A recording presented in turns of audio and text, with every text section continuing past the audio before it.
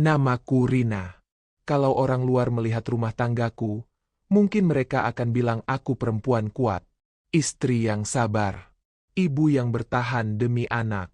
Aku sering mendengar kalimat itu dari tetangga, dari keluarga jauh, bahkan dari orang-orang yang cuma tahu hidupku dari cerita sepihak. Mereka melihat aku masih bertahan, masih tersenyum, masih mengantar anak ke sekolah setiap pagi, lalu menyimpulkan semuanya baik-baik saja. Padahal kenyataannya, aku cuma perempuan yang terlalu lama menutup mata. Aku menikah dengan Arman 8 tahun lalu. Waktu itu aku yakin, hidupku akan tenang. Arman bukan lelaki kaya, tapi pekerja keras. Caranya bicara lembut, sikapnya meyakinkan. Aku merasa aman. Kami dikaruniai satu anak laki-laki, Dava, yang sekarang duduk di kelas 2 SD. Sejak Dava lahir, hidupku berubah total. Aku berhenti bekerja dan fokus mengurus rumah. Bukan karena dipaksa, tapi karena Arman bilang dengan nada penuh keyakinan, "Tenang, kamu nggak perlu kerja. Aku tanggung semuanya." Kalimat itu dulu terdengar seperti janji. Sekarang, rasanya seperti jerat. Di tahun-tahun awal, Arman memang menepati ucapannya. Dia pulang membawa belanjaan, gaji bulanan cukup, dan sesekali mengajakku makan di luar. Tapi semua itu mulai berubah sejak usahanya bangkrut 2 tahun lalu. Sejak saat itu, Arman seperti kehilangan dirinya sendiri. Senyumnya jarang muncul. Nada bicaranya keras. Kesabarannya tipis. Dia sering pulang larut malam tanpa kabar. Kadang ponselnya mati. Kadang aktif tapi tidak dibalas. Kalau aku bertanya, jawabannya selalu singkat dan dingin. "Jangan banyak nanya. Kamu kan cuma di rumah." Kalimat itu menusuk. Aku istri. Aku ibu dari anaknya. Tapi di matanya, aku cuma di rumah. Aku sering menangis diam-diam di kamar mandi. Menangis pelan agar Dava tidak dengar. Aku membiarkan air keran mengalir supaya suaraku tenggelam. Setelah itu, aku bercermin, menghapus air mata, dan keluar dengan wajah seolah tidak terjadi apa-apa. Aku memasak, mencuci, menemani Dava belajar, dan tersenyum ketika dia bercerita tentang sekolahnya. Setiap kali melihat Dava tidur dengan napas teratur, aku menguatkan diri. Aku bilang ke diriku sendiri, aku harus bertahan demi anak. Aku takut kalau aku pergi, hidupnya akan lebih sulit. Aku takut dia tumbuh tanpa ayah. Aku takut disebut ibu egois yang merusak rumah tangga. Malam itu, Arman pulang lebih cepat dari biasanya. Tapi wajahnya aneh. Bukan marah. Bukan lelah. Tatapannya kosong. Tapi sikapnya seperti orang yang sudah mengambil keputusan besar. Dia duduk di sofa tanpa menyalakan televisi, hanya menatap lantai. "Rina," katanya akhirnya. "Iya," jawabku sambil menaruh piring di meja. "Kamu percaya sama aku, kan?" Pertanyaan itu membuat dadaku terasa sesak. Selama ini, Arman tidak pernah bertanya seperti itu. Biasanya dia hanya memberi perintah atau menyudahi pembicaraan. Aku ragu sejenak, tapi tetap mengangguk. Mungkin karena aku masih ingin percaya. "Besok kamu ikut aku ya?" Lanjutnya. "Kemana?" "Ketemu orang. Cuma sebentar. Bantu keluarga." Aku ingin bertanya lebih jauh, tapi kata-kata itu seperti menempel di lidahku. Ada rasa tidak nyaman yang tiba-tiba muncul, seperti firasat yang sulit dijelaskan. Kata, "bantu keluarga," terdengar berat, tidak seperti biasanya. Bukan bantuan biasa. Bukan tolong-menolong sederhana. Aku hanya mengangguk pelan. Malam itu aku sulit tidur. Aku memeluk Dava lebih lama dari biasanya, mencium keningnya, dan menatap wajah kecilnya yang polos. Entah kenapa, hatiku dipenuhi rasa takut yang tidak jelas. Seolah-olah, mulai besok, hidupku tidak akan sama lagi. Keesokan paginya aku bangun lebih awal dari biasanya. Badanku terasa berat. Bukan karena kurang tidur, tapi karena pikiranku penuh. Arman masih terlelap. Punggungnya menghadapku. Aku menatapnya lama, mencoba mencari sosok lelaki yang dulu pernah membuatku merasa aman. Tapi yang kulihat sekarang hanya orang asing yang tinggal serumah denganku. Aku menyiapkan sarapan seperti biasa. Menggoreng telur, membuat teh hangat, menyiapkan bekal Dava. Anak itu keluar dari kamar dengan rambut masih berantakan. Matanya setengah terpejam. "Bunda, hari ini ayah antar aku ke sekolah?" tanyanya polos. Aku tersenyum tipis. "Enggak, nak. Bunda aja ya." Arman keluar kamar tak lama kemudian. Wajahnya datar, suaranya singkat. Dia makan tanpa banyak bicara. Tidak ada obrolan ringan, tidak ada tanya kabar. Setelah Dava berangkat sekolah, Arman menoleh ke arahku. "Siap-siap ya. Kita berangkat siang." Aku hanya mengangguk. Aku tidak tahu harus bertanya apa, dan aku takut dengan jawaban yang mungkin akan kudengar. Siang itu aku mengenakan baju yang menurut Arman pantas. Bukan pakaian yang biasa kupakai sehari-hari. Aku merasa asing dengan diriku sendiri saat bercermin. Ada perasaan tidak nyaman, seolah aku sedang dipersiapkan untuk sesuatu yang tidak kupahami. Kami naik motor menuju pinggir kota. Perjalanan terasa lama, padahal sebenarnya tidak sejauh itu. Arman jarang bicara. Aku mencoba membuka percakapan. "Kita mau kemana, Mas?" "Nanti juga tahu," jawabnya singkat. Kami berhenti di depan sebuah rumah besar. Gerbangnya tinggi, halamannya luas, tapi suasananya sepi. Tidak seperti rumah orang kebanyakan. Jantungku berdetak lebih cepat. Ada dorongan kuat dalam diriku untuk berbalik pulang, tapi kakiku seperti tertahan. Seorang lelaki paruh baya menyambut kami. Bajunya rapi, jam tangannya mahal. Tatapannya membuatku tidak nyaman karena terlalu lama menatap wajahku, lalu turun ke arah tubuhku. "Silakan masuk," katanya. Di ruang tamu, aku duduk di ujung sofa. Arman dan lelaki itu berbincang. Suaranya dibuat pelan, tapi aku masih bisa menangkap beberapa kata. Tentang uang, tentang bantuan, tentang kesepakatan. Aku menelan ludah. Tanganku berkeringat. Aku menoleh ke Arman, berharap dia menatapku dan memberi isyarat bahwa aku hanya salah paham. Tapi Arman menghindari tatapanku. Saat lelaki itu berdiri dan berjalan ke dapur, aku langsung menarik lengan Arman. "Mas, sebenarnya kita kesini buat apa?" tanyaku dengan suara bergetar. Arman menarik napas panjang, lalu berkata pelan, seolah takut didengar orang lain. "Kita lagi butuh uang, Rin." Aku menatapnya, menunggu kelanjutan. Dan kamu bisa bantu." Kata-kata itu membuat dadaku serasa diremas. "Maksud kamu apa?"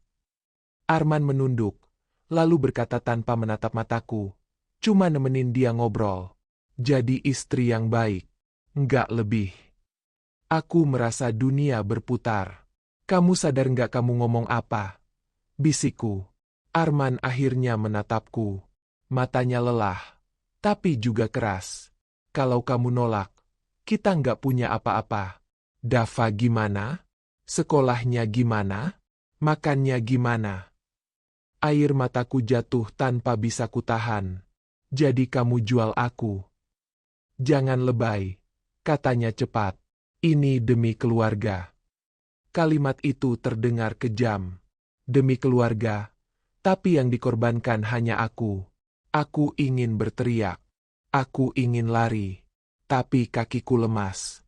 Yang terbayang di kepalaku hanya wajah Dava. Senyum kecilnya. Tangannya yang sering menggenggam jariku saat tidur. "Namaku Rina." Kalau orang luar melihat rumah tanggaku, mungkin mereka akan bilang aku perempuan kuat. Istri yang sabar. Ibu yang bertahan demi anak. Aku sering mendengar kalimat itu dari tetangga, dari keluarga jauh, bahkan dari orang-orang yang cuma tahu hidupku dari cerita sepihak. Mereka melihat aku masih bertahan, masih tersenyum, masih mengantar anak ke sekolah setiap pagi, lalu menyimpulkan semuanya baik-baik saja. Padahal kenyataannya, aku cuma perempuan yang terlalu lama menutup mata. Aku menikah dengan Arman 8 tahun lalu. Waktu itu aku yakin, hidupku akan tenang. Arman bukan lelaki kaya, tapi pekerja keras. Caranya bicara lembut, sikapnya meyakinkan. Aku merasa aman. Kami dikaruniai satu anak laki-laki, Dava, yang sekarang duduk di kelas 2 SD. Sejak Dava lahir, hidupku berubah total. Aku berhenti bekerja dan fokus mengurus rumah. Bukan karena dipaksa, tapi karena Arman bilang dengan nada penuh keyakinan, "Tenang, kamu nggak perlu kerja. Aku tanggung semuanya." Kalimat itu dulu terdengar seperti janji. Sekarang, rasanya seperti jerat. Di tahun-tahun awal, Arman memang menepati ucapannya. Dia pulang membawa belanjaan, gaji bulanan cukup, dan sesekali mengajakku makan di luar. Tapi semua itu mulai berubah sejak usahanya bangkrut 2 tahun lalu. Sejak saat itu, Arman seperti kehilangan dirinya sendiri. Senyumnya jarang muncul. Nada bicaranya keras. Kesabarannya tipis. Dia sering pulang larut malam tanpa kabar. Kadang ponselnya mati. Kadang aktif tapi tidak dibalas. Kalau aku bertanya, jawabannya selalu singkat dan dingin. "Jangan banyak nanya. Kamu kan cuma di rumah." Kalimat itu menusuk. Aku istri. Aku ibu dari anaknya. Tapi di matanya, aku cuma di rumah. Aku sering menangis diam-diam di kamar mandi. Menangis pelan agar Dava tidak dengar. Aku membiarkan air keran mengalir supaya suaraku tenggelam. Setelah itu, aku bercermin, menghapus air mata, dan keluar dengan wajah seolah tidak terjadi apa-apa. Aku memasak, mencuci, menemani Dava belajar, dan tersenyum ketika dia bercerita tentang sekolahnya. Setiap kali melihat Dava tidur dengan napas teratur, aku menguatkan diri. Aku bilang ke diriku sendiri, aku harus bertahan demi anak.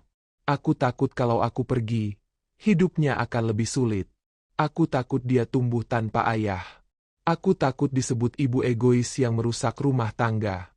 Malam itu, Arman pulang lebih cepat dari biasanya. Tapi wajahnya aneh. Bukan marah. Bukan lelah. Tatapannya kosong. Tapi sikapnya seperti orang yang sudah mengambil keputusan besar. Dia duduk di sofa tanpa menyalakan televisi. Hanya menatap lantai. "Rina," katanya akhirnya. "Iya," jawabku sambil menaruh piring di meja. "Kamu percaya sama aku, kan?" Pertanyaan itu membuat dadaku terasa sesak. Selama ini, Arman tidak pernah bertanya seperti itu. Biasanya dia hanya memberi perintah atau menyudahi pembicaraan. Aku ragu sejenak, tapi tetap mengangguk. Mungkin karena aku masih ingin percaya. "Besok kamu ikut aku ya?" lanjutnya. "Kemana?" "Ketemu orang. Cuma sebentar. Bantu keluarga." Aku ingin bertanya lebih jauh, tapi kata-kata itu seperti menempel di lidahku. Ada rasa tidak nyaman yang tiba-tiba muncul, seperti firasat yang sulit dijelaskan. Kata, "bantu keluarga," terdengar berat, tidak seperti biasanya. Bukan bantuan biasa. Bukan tolong-menolong sederhana. Aku hanya mengangguk pelan. Malam itu aku sulit tidur. Aku memeluk Dava lebih lama dari biasanya, mencium keningnya, dan menatap wajah kecilnya yang polos. Entah kenapa, hatiku dipenuhi rasa takut yang tidak jelas. Seolah-olah, mulai besok, hidupku tidak akan sama lagi. Keesokan paginya aku bangun lebih awal dari biasanya.